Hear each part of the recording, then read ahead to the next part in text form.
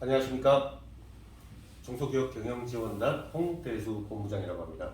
처음 인사드리는데요. 올해 이제 진행하려고 하는 기획 시리즈를 오늘 첫 시간으로 준비했습니다. 첫 시간 다룰 주제는 여기 화면에서 보시다시피 올해부터 이제 개정이 되는 세법 몇 가지가 있는데요. 그 중에서도 가업 상속과 관련된 내용이 일부 있습니다. 이제 그 내용 중심으로 오늘 간단하게 설명드리려고 하는데요. 많은 도움 되시기 바라겠습니다. 가업 상속이라고 하는 개념에 대해서 이제 다들 알고 계신 부분이긴 하지만 먼저 이제 상속과 관련돼서 설명을 먼저 드리고 시작하도록 하는 게 좋을 것 같습니다. 상속이라고 하면 실질적으로 이제 피상속인 되시는 분들께서 상속인에게 본인이 소유하고 계신 기본적인 재산들을 물려주시는 그런 개념이지 않습니까? 근데 이제 조금 더 세무적으로 들여다보면 화면에서 보시는 것처럼 이렇게 5가지 범주의 재산을 우리가 확인해 봐야 되는 부분이 있습니다. 자, 가장 먼저 사업하시는 분들 같은 경우에는 사업자산, 그리고 대부분 생각하시는 게 아마 이 두 번째인 일반자산이 아닐까 싶어요. 일반자산 같은 경우에는 부동산, 금융자산으로 크게 나눌 수가 있는데요. 부동산 같은 경우에도 살고 계신 집과 같은 거주용 부동산, 그리고 임대 주신 임대부동산, 그리고 투자 용도의 투자부동산 이렇게 나눌 수가 있고요. 금융자산 같은 경우는 뭐 잘 아시겠지만 현금은 물론이고요. 주식, 채권, 그다음에 펀드라든지 저축 이런 상품들도 해당이 되는데 그 중에서 또 하나 잊지 마셔야 되는 게 바로 보험입니다. 보험 같은 경우에도 피상속인께서 만약에 이제 가입하신 보험이 유고가 되셨을 때 보험회사로부터 지급받는 게 보험금이죠.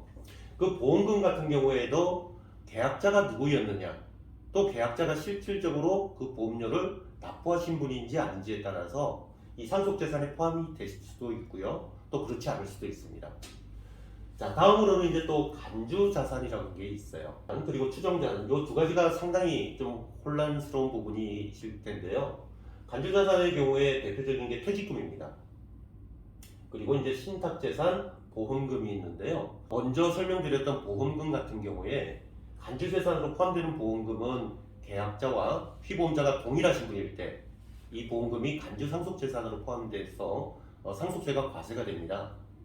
그러면 같은 보험금인데요. 계약자가 상속인인 경우에는 어떨까요? 피보험자는 돌아가시는 분, 피상속인이 되시고 계약자는 상속을 받는 상속인일 경우에는 피보험자께서 유고가 되셨을 때 수령하게 되는 보험금에 대해서는 전부가 다 비과세가 되는 거죠. 그래서 여기에서 이제 제외가 될 수가 있는데요. 그래서 이제 보험 같은 경우에도 절세의 가장 중요한 축을 담당하고 있다고 보시면 되겠습니다. 다음 이제 추정 상속 재산이 있습니다. 추정 상속 재산 같은 경우에는 처분 재산 종류별로 예를 들어서 돌아가시기 1년 전에 피상속인께서 가지고 계셨던 부동산이 있었는데요. 그 해당 부동산을 약 한 3억 원에 매각을 하셨어요. 근데 매각을 해서 현금을 가지고 계시다가 그 현금에 대해서 뭐 세금도 내시고 생활비도 쓰시고 그리고 자녀분들을 위해서 또 쓰실 수도 있잖아요. 그런데 이제 국세청에서 정한 세법에 의하면 이렇게 처분하셨던 자산은 그냥 소명할 수 있는 근거 없이 마구 써서는 안 된다라는 부분입니다. 왜 그러냐면은 지금 이렇게 세법에서 규정하듯이 재산마다 종류별로 처분하신 금액에 대해서 구체적인 소명을 할 수가 없는 경우에는 무조건하고 상속재산에 합산이 돼서 상속세 과세 대상이 되기 때문입니다. 그거를 1년, 2년 나누어서요. 1년 이내에는 2억 원, 그리고 2년 이내에는 5억 원에 해당되는 처분자산에 대해서는 그게 해당이 되고요. 제가 방금 말씀드린 처분재산의 경우에는 보통 부동산이 대부분이신데 금융재산을 가지고 계신 경우에도 이게 적용이 됩니다.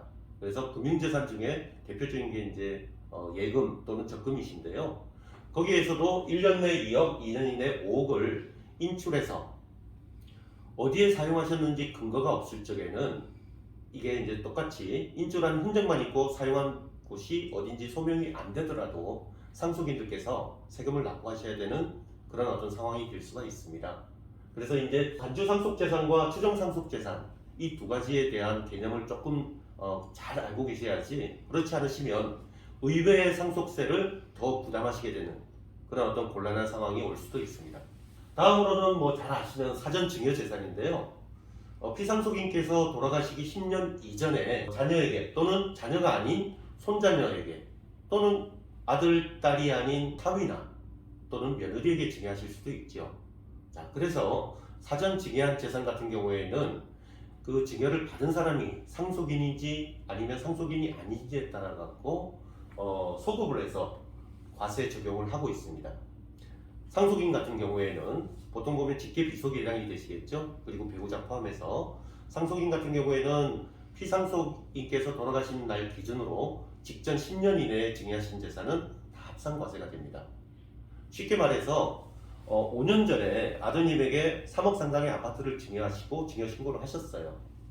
근데 이제 5년 만에 이제 피상속인께서 유고가 되시는 경우에는 5년 전에 3억 상당의 아파트만큼을 다시 이번에 이제 상속하시게 되는 다른 상속재산과 합산해서 세금 계산을 하고요.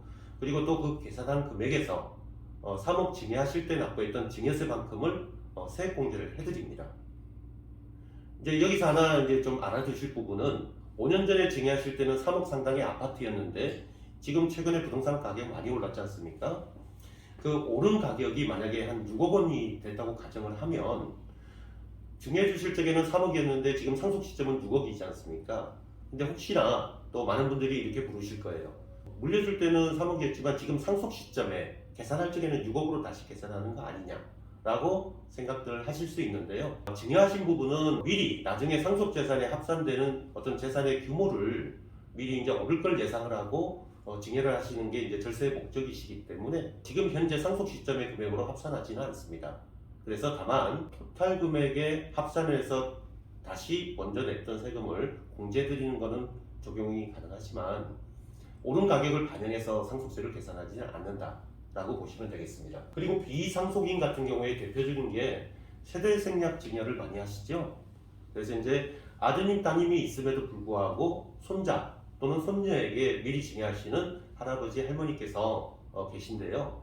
그런 경우에는 나중에 할아버지 할머니 재산이 아드님 따님을 거쳐서 손자녀에게 보통 이렇게 순리대로 가자면 한 세대 또 다음 세대 이렇게 두 세대에 걸쳐서 상속세 또는 증여세를 내시는 것을 세대 생략을 하시면서 건너뛰어서 증여를 하시니까 궁극적으로는 두 번 낼 상속세를 한 번만 내시게 되는 효과가 있습니다.